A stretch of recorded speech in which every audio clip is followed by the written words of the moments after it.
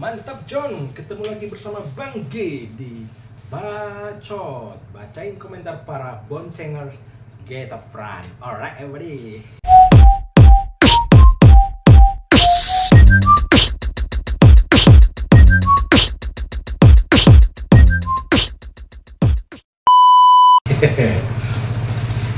Jadi sebelum kita jauh melangkah untuk bacain komentar para boncenger Get Up Run, kita mau memberikan informasi sedikit John ya. Informasi kalau orang-orang bilang itu ya apa namanya, wisata kriminal John. Wisata kriminal itu ya julukan baru untuk kota Medan. Memang sih serem sekali ya. Tapi ini unik John, unik. Kenapa unik? Kalian tahu BK? BK ya di Medan aja ya. Kalau kalian plat, maksudnya plat nopol, plat nomor polisi. Nah kami itu kalau di tongkrongan itu nyebutnya BK. Jadi BK-nya berapa? Kalau ada informasi kereta-kereta hilang, nomor BK-nya berapa? Misalnya ada tabrak lari, kalian nampak nomor BK-nya. Nah itu. Jadi BK itu merupakan atau ya identiknya ke nopol ya, nomor polisi, bukan plat ya. Seharusnya kan plat ya kan, dengan kode BK seharusnya begitu. Nah jadi di sini ada nih cuplikannya John ya, wak santai jalan. Jadi dia mencuri plat mobil parkir John. Jadi itu lagi rame tuh John, ngumpulin plat paling plat itu aluminium kalau nggak salah ya. Dijual paling berapa ya, 1 kilo 16.000. Kalau plat itu mau berapa biji baru bisa ya, nggak tahu lah, prial kayak gitulah ya kan. Yang jelas aneh sih, aneh ya, mungkin juga efek-efek ya biasalah ya kan, saya jengkal ini ya kan. Jadi itu ada informasi yang secuil dan yang cukup memang harus berhati-hati dimanapun kita berada. Parkirnya itu jangan sembarangan parkir atau kita harus tambah kunci ganda ya. Jaga barang masing-masing aja John. Dan kita balik lagi ke bacot tadi John, bacain komentar para boncenger Get Up Run ya. Ini AC-nya nggak hidup John. Studionya studio baru jadi belum lengkap John ya. Kita seruput dulu John. Kalian udah ngopi belum? Mari kita ngopi bersama, menikmati alunan gitunya deh.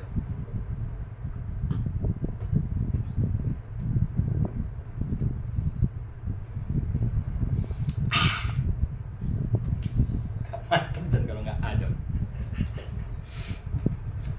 Itu ada Bang Dida ya, Bang Dida ya, dia berkomentar, wih ada juga PKI di Medan, kirain PKL doang Bang gitu ya. Komentar dari Bang Dida ini, waduh gimana gitu ya. Mungkin di video kemarin aku ada bahas sedikit ya, video tentang Kampung Kolam itu kalau nggak salah ya. Nah kalau di situ sih memang ada kisahnya Bang, kisahnya ya Kampung Kolam itu menjadi basis dari PKI itu ya, memang udah lama ada, kalau nggak salah 1950-an itu di Medan udah rame itu PKI gitu. Dan banyak kejadian-kejadian serem lah John, pokoknya John kalau di masa-masa itu ya, di masa peristiwa 30S itu banyak peristiwa yang menyeramkan ya, banyak pembegalan, pembantaian apapun itu gitu John. Nah jadi apalagi ditambah pergolakan dan penculikan 2 orang itu John, yang menyebabkan ya berapalah pembantaian itu John. Dan kalian mau tahu John, banyak orang-orang yang dibantai atau dimusnahkan atau dibinasakan itu dibuangnya di Sungai Uler. Sungai Uler itu daerah tebing, belum sampai tebing kayaknya ya, daerah Perbaungan sana sih, mau ke tebing gitu sih, aku nggak tahu pasti. Nanti coba kita suatu saat nanti, entah kapan itu, kita main-main ke Sungai Ular. Kita nyebrang aja karena dia memang sungainya itu nggak tahu kenapa dinamakan Sungai Ular, mungkin karena belok-belok itu ya, belok-belok gitu. lumayan besar sih sungainya. Jarak jembatannya juga aku kurang tahu pasti ya. Nanti kalau ada waktu kita coba ke sana menelusuri Sungai Ular. Nah di situ orang-orang yang meninggoy dibuang di situ John. Jadi itu Sungai Ular itu menjadi saksi bisu keganasan pada masa itu ya. Yang lebih ngetopnya itu ya kasus-kasus PKI itu John. Dan itu John, dan kata Bang Nur Ali Motovlog Kovel ya, mantap Bang, nambah-nambah pengetahuan ya. Semoga round kita pada saat itu memberikan informasi-informasi atau pengetahuan-pengetahuan ya buat yang belum tahu ya. Tapi ya dengan versi Geta Prans ya, karena untuk apa ya, mengingat atau merepresentasikannya itu belum sesuai harapan sih menurut aku, masih belepotan lah ya kan, karena kita harus fokus berjalan ya. As you know lah, sebagai motovlogger mungkin ngalami itu, kita belibet dalam berbicara karena kita harus membagi obrolan, membagi jalur, lihat sini, lihat sana, lihat kanan kiri atau apa gitu ya. Nah semoga juga ini bisa menjadi referensi untuk kawan-kawan semua perihal peristiwa itu ya. Jadi nggak cuma nambah ilmu aja. Bang Ren juga bilang cakep banget wisata sejarahnya ya. Itu tadi, semoga bisa menjadi inspirasi buat kawan-kawan semua, apalagi yang berhubungan dengan sejarah, yang membahas sejarah, yang meneliti sejarah, yang suka dengan sejarah. Mungkin informasi yang sekecil itu, secuil itu bisa melengkapi referensi kajian kalian semua ya. Di sini juga di Medan ini juga banyak John tempat-tempat bersejarah, tempat-tempat peninggalan kolonial Belanda. Kalau peninggalan kolonial Belanda itu lebih di kota sih John. Dia bangunan-bangunannya itu peninggalan Belanda, kayak Cong Api, terus ada Lonsum. Mungkin kita juga udah ada itu, kita udah buat videonya sih, ada di listnya lah. Ntar kita lengkapi list-listnya, kita susun rapi ya list-listnya ya.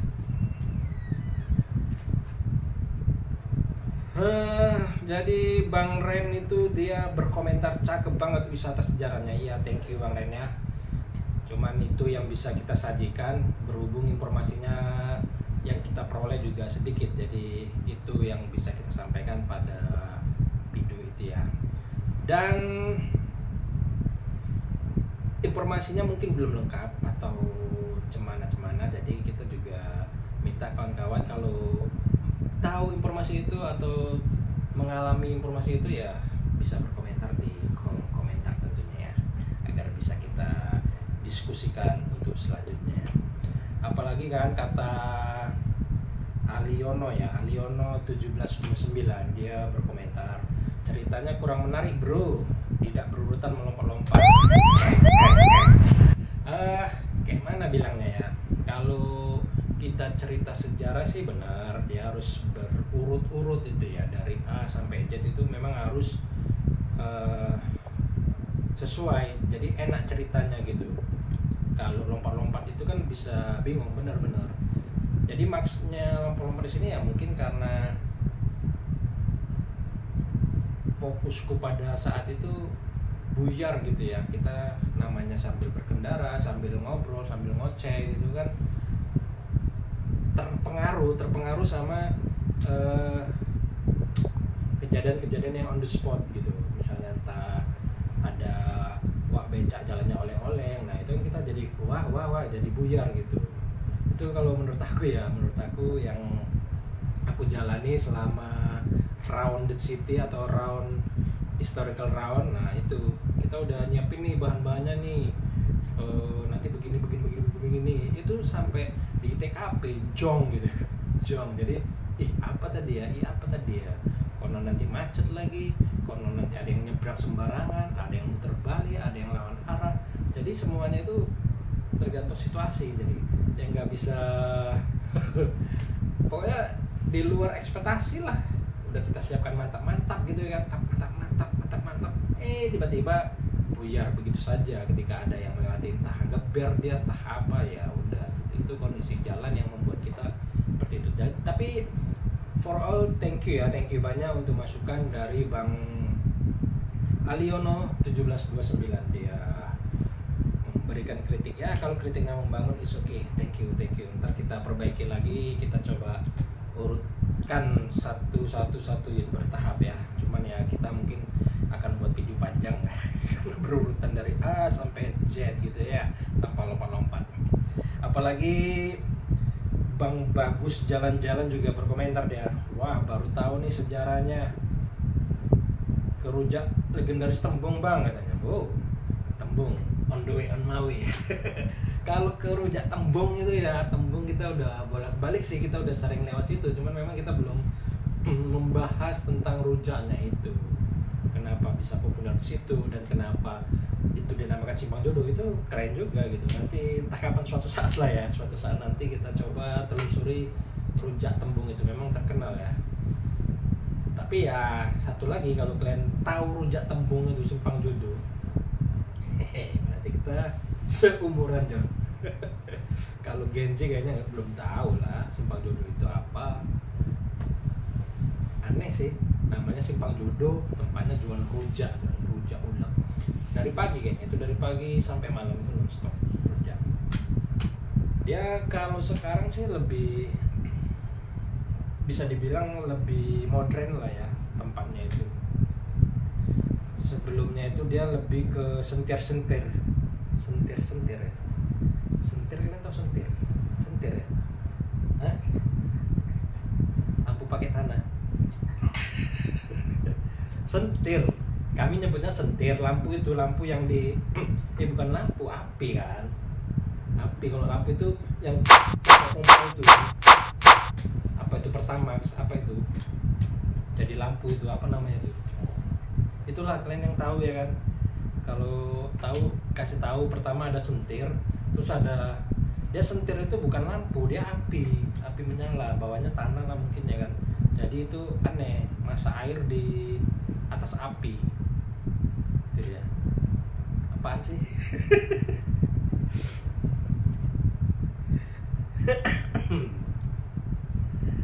Jadi untuk Bang Bagus nanti kita telusuri rujak Tembungnya itu, kita cari-cari apa supaya nggak apa kali nanti kita singgah makan rujak di situ ya kan, mantul es kues ya, pokoknya. Jadi dengan lompat-lompatnya tadi, kata Bang Ali tadi, lompat-lompat juga, apalagi untuk Bang Bagus dia mendapatkan informasi terbaru, dia memang bingung ya untuk menangkap cerita itu dengan cerita yang melompat. Nah untungnya ada Bang Wawan 89 nih ya. Nah jadi Bang Wawan 89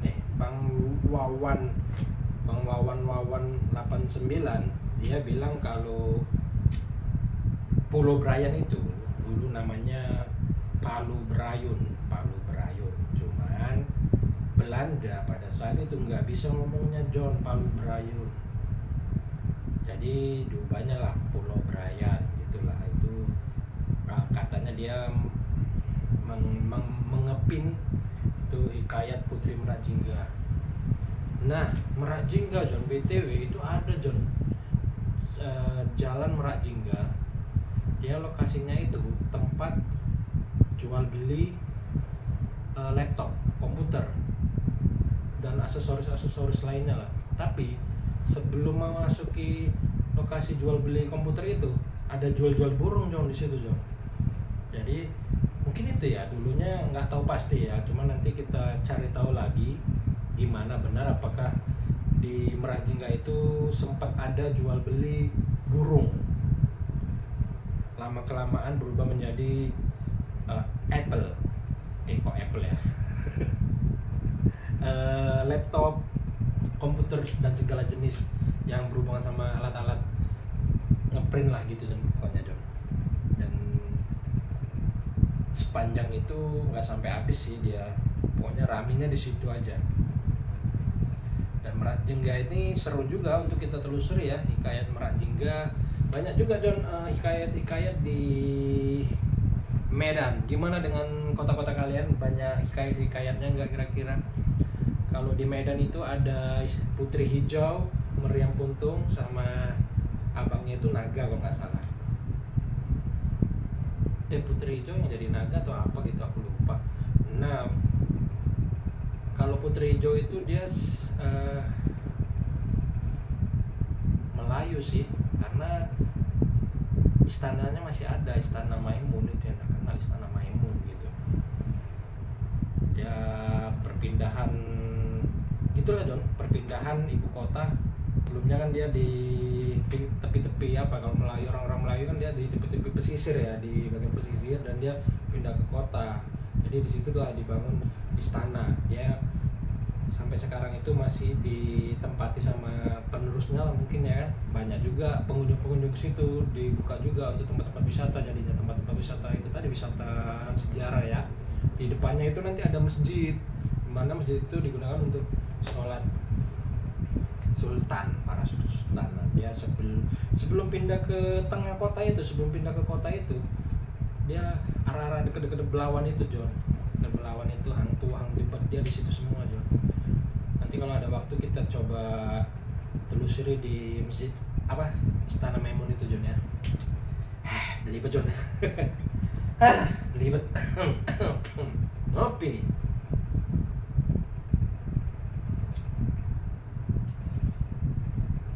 Ya, untuk hikayat ini nanti kita telusuri lagi. Dan kalian kalau ada informasi-informasi tentang ini, seperti Bang 111 ini, udah kayak 911 dia, 1111.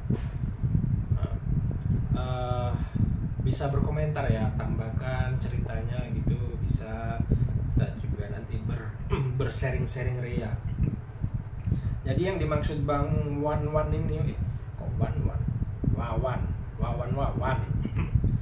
Yang dimaksud Bang Wawan ini, Palu Berayun itu seperti di video yang Pulau Brian ya, sejarah Pulau Brian.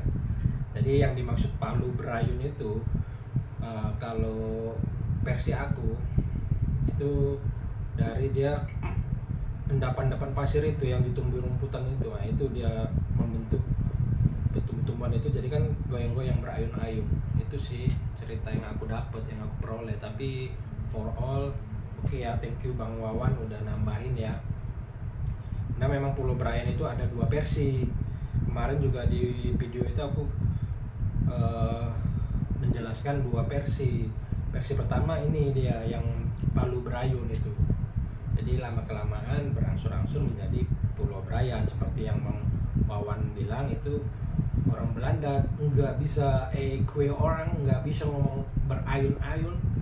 Palu apa itu Palu? Nah, jadi Pulau Brian jadinya, karena di sana kan ada Brian Adam. Nah versi kedua Pulau Brian itu nama seorang datuk gitu ya, para suku atau apa gitu ya. Kalian bisa cek lagi videonya, video ini dia, sejarah Pulau Brian, dan kalian bisa berkomentar lagi di situ ya, supaya kita bisa berbagi informasi lah tentunya. Apalagi ya. Thank you banyak ya buat para boncenger yang udah berkomentar ya di video-video sebelumnya. Ini kita ngambilnya tidak dari satu video ya, tapi dari beberapa video kita ambil komentar-komentar yang kira-kira mantul lah untuk dibacakan di bacot ya, di sesi bacot gitu John.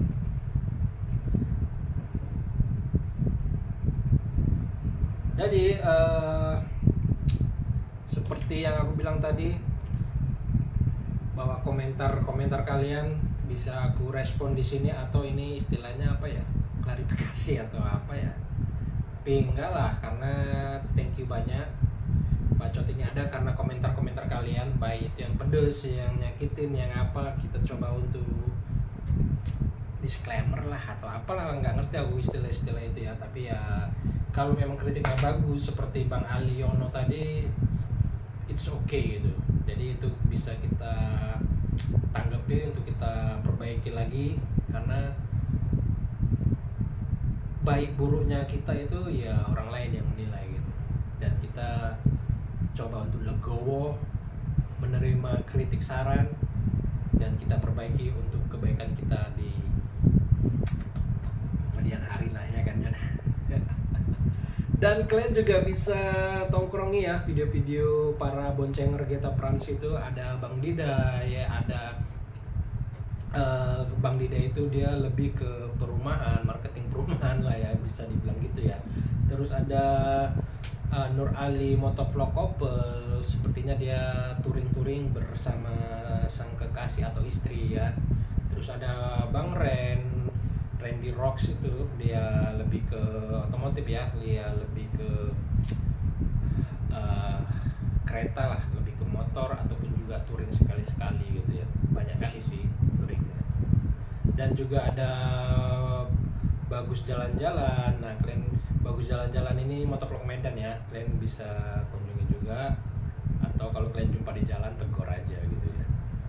Untuk wawan-wawan nanti kita kunjungi ya wawan-wawannya, karena aku belum sempat ke situ. Thank you banyak ya udah menemani aku sejauh ini dan sudah mau berkomentar ya, baik itu masukan atau kritikan. Thank you banyak. Dan ini aja untuk bacot kali ini. Sampai ketemu di bacot-bacot berikutnya.